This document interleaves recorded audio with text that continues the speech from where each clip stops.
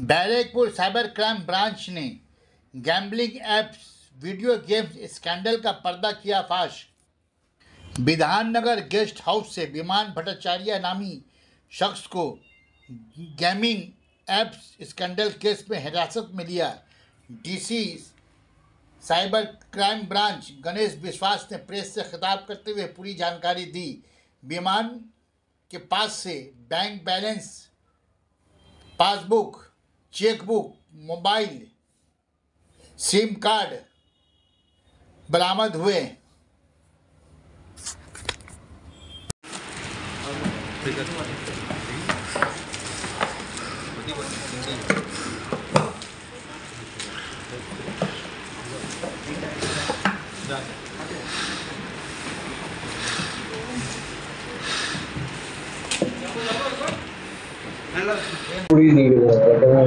এগুলো আপনাকে আলাদা আলাদা, ঠিক আছে? অনেকে লাইভ রেখেছে।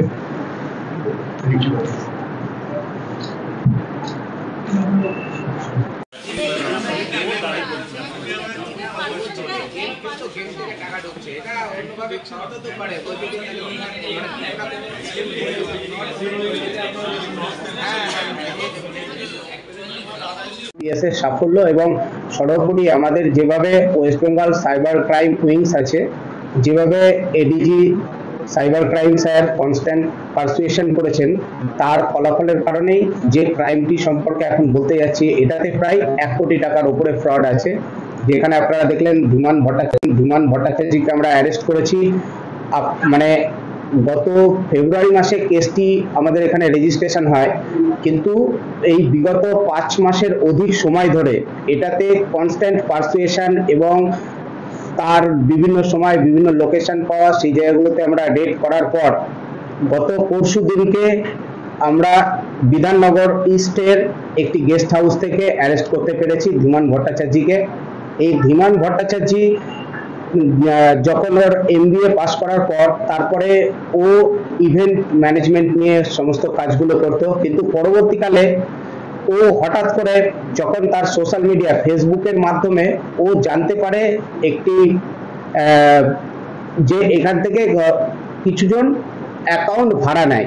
এই অ্যাকাউন্ট ভাড়া নিলে তার ওই অ্যাকাউন্টের মাধ্যমে যখন কোনো গেমিং অ্যাপ ডাউনলোড করা হবে বা কিছু টাকা পাবে, সেই জায়গাতে ও খুব সহজভাবে তার ওই অ্যাকাউন্ট ভাড়া দেওয়ার জন্য 1.8% মতন ও সঙ্গে সঙ্গে টাকাটা পাবে। এবার ও এটার জন্য ফেসবুকে একটা যখন ওই লিঙ্ক এসেছিল, তখন সেই অনুসারে ওই গ্রুপটাতেও জয়েন করে।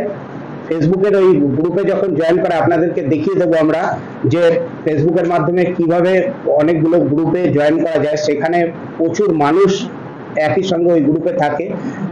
টার্গেট করে নেওয়া হয়, ওখানে টেলিগ্রামের একটা লিঙ্ক পাঠানো হয়। সেই টেলিগ্রামের লিঙ্কে ওখানে পরিচিত হয় ও একজনের সঙ্গে, যার নাম ছিল লিজা। এই লিজার মাধ্যমে ও হচ্ছে যখন কোনো ট্রানজাকশন করার পর ও 1.8% হারে ও টাকাটা পেয়ে যায়, তখন ওর লোভ বাড়তে থাকে। ও ইন দ্য মিন টাইম কি করে যে আমি যদি 1.8% পাই কারোর নিজের অ্যাকাউন্ট ভাড়া দিয়ে, আমি কিছুজন বা কিছু অ্যাকাউন্ট হোল্ডারদেরকে যদি আইডেন্টিফাই করে নিই, তাহলে আমি যদি তাদেরকে 1.3% বা 1.5% দিই, তাহলে আমার এখান থেকে আরো বেশি লাভ হতে পারে। এরকমই একজনকে ও খুঁজে পায়, যার বাড়ি ছিল পশ্চিম মেদিনীপুরের দাসপুরে, যিনি আমাদের এই কেসের অভিযোগকারী, সেই স্বয়ং মাইতি। এই স্বয়ং মাইতিকে ও যোগাযোগ করে এবং স্বয়ং মাইতি রাজি হয় যে ওর অ্যাকাউন্ট ভাড়া দিতে রাজি আছে এবং ও 1.5% পেলেই হবে। এইভাবে ওকে একদিন ডাকে আমাদের ব্যারাকপুরের কোন একটি হোটেলের নাম আমরা বলছি না। তারপরে সেই হোটেলে ডেকে ওরা সারাদিন ওই অ্যাকাউন্টের থ্রুতে ট্রানজাকশন করে। 1 কোটি টাকার উপরে ওদের ট্রানজাকশন ছিল। আমরা ট্রানজাকশন ডিটেলগুলো পেয়েছি। অ্যাকচুয়ালি ডেট অফ অকারেন্স ছিল 25শে জানুয়ারি।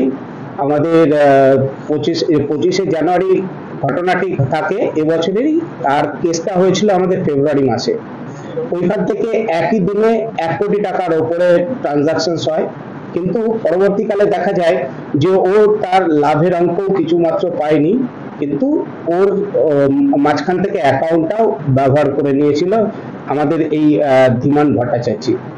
এটাই আছে। আমরা ধীমান ভট্টাচার্যকে কনস্ট্যান্ট পারসুয়েশনের পরে বিভিন্ন জায়গায় রেড করে বিধাননগর ইস্ট থেকে পরশুদিনকে আমরা গ্রেপ্তার করেছি। আপাতত রিমান্ডে আছে আমাদের কাছে 8 দিনের। কত জনের অ্যাকাউন্ট এরকম ব্যবহার করা হয়েছে এবং কত টাকা টোটাল এগুলো আমরা তদন্ত চালাচ্ছি। এখনো পর্যন্ত আমরা ধীমানের কাছ থেকে যেগুলো উদ্ধার করেছি, বেশ কিছু এটিএম কার্ডস আছে, পাসবুকস আছে এবং বেশ কিছু স্টেটমেন্টও দিয়েছে, সেগুলো ভেরিফাই করা দরকার আছে। কতদিন ধরে করছে? ধীমান 2023 সাল থেকে এগুলোর সঙ্গে যুক্ত আছে। আর ও এখনো পর্যন্ত নিজের মুখে যে সংখ্যাটা বলেছে তাতে প্রায় 10-এর অধিক এরকম বড় বড় ঘটনা করেছে। সেগুলোকে আমরা সব ভেরিফাই করে নেওয়ার চেষ্টা করছি। ভাবে renting accounts for gaming funds এভাবে লেখা আছে। ফেসবুকে আপনারা এরকম একটা লিংক হয়তো প্রথমে পেতে পারেন। এবার বিভিন্নভাবে আপনারা যদি নিজেরা দেখেন, renting accounts for gaming funds, এখান থেকে যখন আপনারা ঢুকছেন দেখবেন এখানে এরকম প্রচুর গ্রুপস আছে, যেখানে gaming rent bank account, Indian accounts for gaming funds, তারপরে ব্যাংক অ্যাকাউন্ট রেন্ট প্রচুর পাবেন ফেসবুকে যেগুলো গ্রুপ আছে। এই প্রত্যেকটা গ্রুপেই দেখুন মেম্বারের সংখ্যা হিউজ আছে। কোথাও মেম্বারের সংখ্যা আছে 1.2k মেম্বার্স, কোথাও 4.5k, এবং এখানে প্রত্যেকটা গ্রুপে আরো বেশি সংখ্যকও আছে। যখন আপনি ওই গ্রুপে জয়েন করছেন, তখন ওই গ্রুপে জয়েন করার পর আপনার অ্যাক্সেস করার টাইমিং দেখে আপনার কাছে কোনো রকম টেলিগ্রামের কোনো লিংক চলে আসবে। আপনার কাছে ওই যখন টেলিগ্রামের লিংক আসবে, তখন ওখান থেকে বুঝে নেবে যে আপনি কতটা পজিটিভ আছেন এই ব্যাপারে। তারপরে আপনাকে ওইখান থেকে কিন্তু আপনার যে অ্যাকাউন্ট, আপনার ওই অ্যাকাউন্ট যথার্থ কিনা, আপনার অ্যাকাউন্ট ব্যবহার করা যাবে কিনা, এবং ওরা কোন কোন অ্যাকাউন্ট কোন কোন ব্যাংকের সেরকম একটা লিস্ট আপনাকে দিয়ে দেবে যে এই ব্যাংকের অ্যাকাউন্ট গুলো আছে কিনা। দেখুন এখান থেকে আপনারা দেখতে পারবেন আর্জেন্ট নিড ওরা বলে দিচ্ছে যে এইচডিএফসি ব্যাংক, এসবিআই, এরকম ডিটেল আছে। দেখুন ওরা জানিয়ে দেয়, লিংক দিয়ে দেয়।